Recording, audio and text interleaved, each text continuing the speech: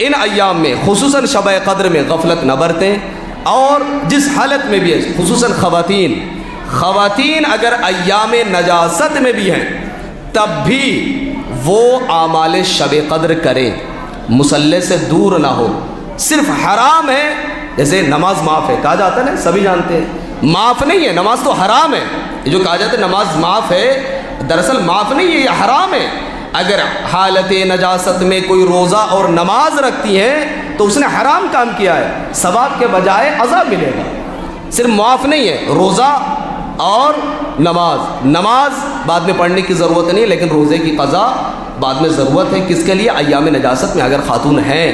لہذا شبہ قدر میں وہ خاتون جو ان ایام میں ہو، ان کو بھی چاہیے کہ وہ پاکیزہ لباس پہن کر مصلی پہ بیٹھے اور نماز کے علاوہ جتنی بھی عبادتیں ہیں وہ انجام دیں، اس لیے کہ یہ شب قدر پھر 3 دن کے بعد غائب ہو جائیں گی، 19، 21 اور 23 کے بعد۔ پھر اب یہ فطری چیز ہے، لہٰذا ان کو بھی چاہیے کہ وہ مصلی پہ بیٹھے۔ جیسے عام حالت نماز میں نے بتایا کہ ماں کو چاہیے، خواتین کو چاہیے کہ اپنے گھروں میں جب بھی نماز کا وقت ہو اور وہ ایام نجاست میں ہو تو ان کو چاہیے کہ وہ مصلی پہ بیٹھیں، تاکہ ان کے گھر کے جو نادان اور ناسمجھ نابالغ بچے ہیں وہ پھر فکر میں نہ پڑ جائیں کہ ہم نے تو دیکھا اپنی ماں کو، اپنی والدہ کو کہ اپنے گھر کی خواتین یہ سال بھر نمازیں پڑھی، مہینے بھر نمازیں پڑھتی ہیں، اور پھر چند دن ایسے دیکھتے ہیں کہ وہ مصلی کے قریب نہیں جاتی۔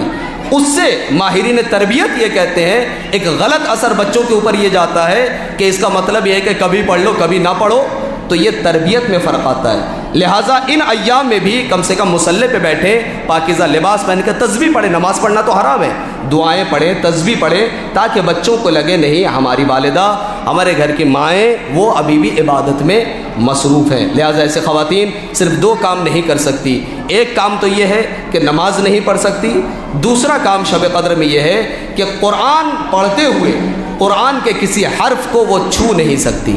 حاشیے کو چھو سکتی ہیں، غلاف کو چھو سکتی ہیں، لیکن قرآن کے حرفوں کا چھونا حرام ہے۔ معصومین کے ناموں کو بھی احتیاط واجب کی بنا پر چھونا حرام ہے۔